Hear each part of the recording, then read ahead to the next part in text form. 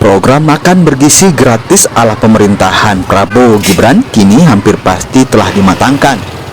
Salah satu program unggulan ini telah menetapkan porsi makan bergizi gratis dengan harga Rp10.000. Pihak sekolah pun kini bersiap merealisasikan program ini.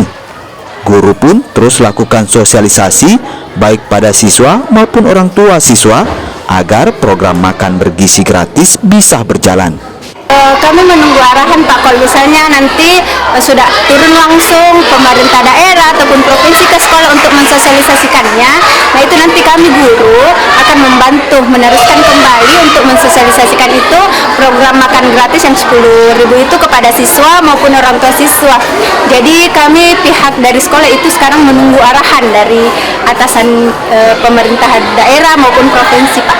Oke, berarti bisa dibilang sudah menyambut baik ya dengan hari itu ya? Iya, pasti Pak. Kami sekolah sangat menyambut baik karena itu juga bisa makanan sehat untuk anak-anak. Jadi sekolah juga bisa mengontrol makanan apa saja yang dimasuk dikonsumsi oleh peserta didik. Jadi mereka tidak jajan di luar sembarangan seperti itu Pak. Sementara itu untuk menu Rp10.000 per porsi, menu yang didapatkan jika dibeli di warung dinilai cukup memadai. Menu berisi nasi, telur, hingga sayuran sudah bisa didapat. Rp10.000 makan apa? Dapat apa? Dapat telur, perkedel, sayur. Kalau porsi 15 itu cuma ikan sama sayur.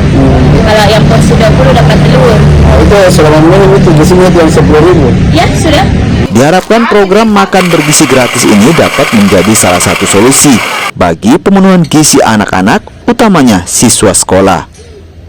Rama Pratama, Kompas TV.